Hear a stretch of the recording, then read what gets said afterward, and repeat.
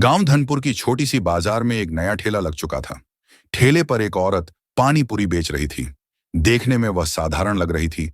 हल्का पीला सलवार कुर्ता, सिर पर दुपट्टा, आंखों में आत्मविश्वास, लेकिन उसके हाथों की सफाई और तौर तरीका अलग थे।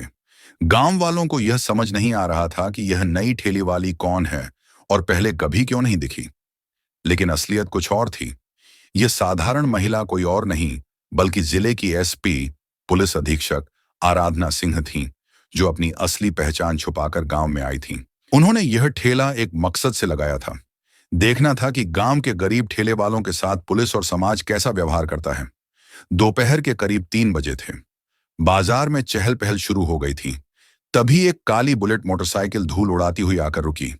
बाइक से एक हट्टा कट्टा आदमी उतरा, मूंछों पर ताव देता हुआ, आंखों में घमंड और चाल में रौब। यह था दरोगा रणवीर सिंह, जो इस इलाके का प्रभारी था। उसने इधर उधर देखा, फिर ठेले की ओर बढ़ा। अरे ओ नई वाली, किसकी इजाजत से यहां ठेला लगाया? उसने कड़क आवाज में पूछा। तभी सड़क के दूसरी ओर से धूल उड़ाती हुई एक काली बुलेट आकर रुकी। उस पर एक हट्टा कट्टा आदमी बैठा था, जिसकी घनी मूंछें और भरी हुई वर्दी उसके रौब को और बढ़ा रही थीं। यह था दरोगा रणवीर सिंह, जो इस इलाके का थाना प्रभारी था। दरोगा ने इधर उधर देखा और फिर ठेले की ओर बढ़ा। अबे ओ नई वाली, किसकी इजाजत से यहां ठेला लगाया? उसने कड़क आवाज में पूछा। आराधना ने विनम्रता से जवाब दिया। साहब, मैं बस अपने परिवार के लिए मेहनत कर रही हूं। अगर कोई गलती हो गई हो तो माफ कर दीजिए। दरोगा रणवीर सिंह हंसा। अच्छा, मेहनत कर रही हो? अच्छा ये बताओ, यहां का लाइसेंस कहाँ है? लाइसेंस? आराधना ने अनजान बनने की कोशिश की। हाँ, यहां ठेला लगाने के लिए लाइसेंस चाहिए। बिना लाइसेंस के कुछ भी बेचना गैरकानूनी है। दरोगा ने रौब दिखाया। आराधना समझ गई कि यह दरोगा रिश्वत मांग रहा है। उसने शांत स्वर में कहा, साहब, मैं नई हूं, मुझे इस बारे में कुछ नहीं पता था। अगर कोई गलती हो गई है तो बताइए, मैं सही कर लूंगी। लेकिन दरोगा को तो कुछ और ही चाहिए था।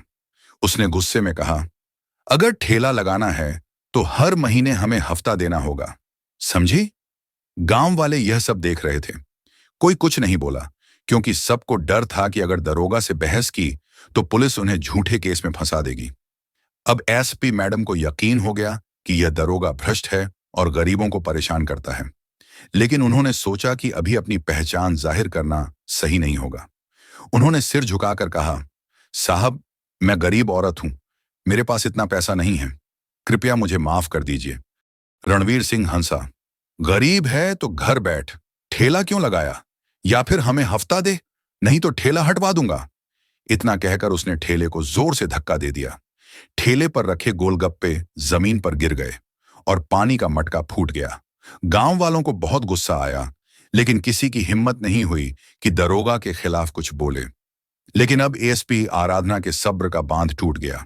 उन्होंने अपनी चप्पल उतारी और जोर से मेज पर पटकी। ठहरो! उनकी आवाज में ऐसी सख्ती थी कि दरोगा और बाकी लोग चौंक गए। अबे ओ, क्या बोली? दरोगा गुस्से में बोला। आराधना ने अपने दुपट्टे को उतारकर कमर में बांधा और ठेले के नीचे रखे अपने काले बैग से एक कागज निकाला। उन्होंने वह कागज दरोगा के मुंह पर फेंका। रणवीर सिंह चौंका। उसने कागज उठाकर देखा। यह एक सरकारी आदेश था, जिस पर लिखा था, पुलिस अधीक्षक जिला रामपुरवा आराधना सिंह। अब दरोगा के होश उड़ चुके थे। उसके पैर कांपने लगे। मैडम, वह हकलाया। गांव वालों की आंखें भी फटी रह गईं। सबने हैरान होकर एएसपी मैडम को देखा। हाँ, मैं तुम्हारी एसपी हूं, आराधना सिंह ने कड़क आवाज में कहा। तुम्हारी असलियत जानने के लिए मैं इस गांव में एक ठेले वाले की तरह आई थी और तुमने अपनी गंदी फितरत दिखा दी। गांव वालों की हिम्मत बढ़ गई। वे जोर जोर से बोलने लगे।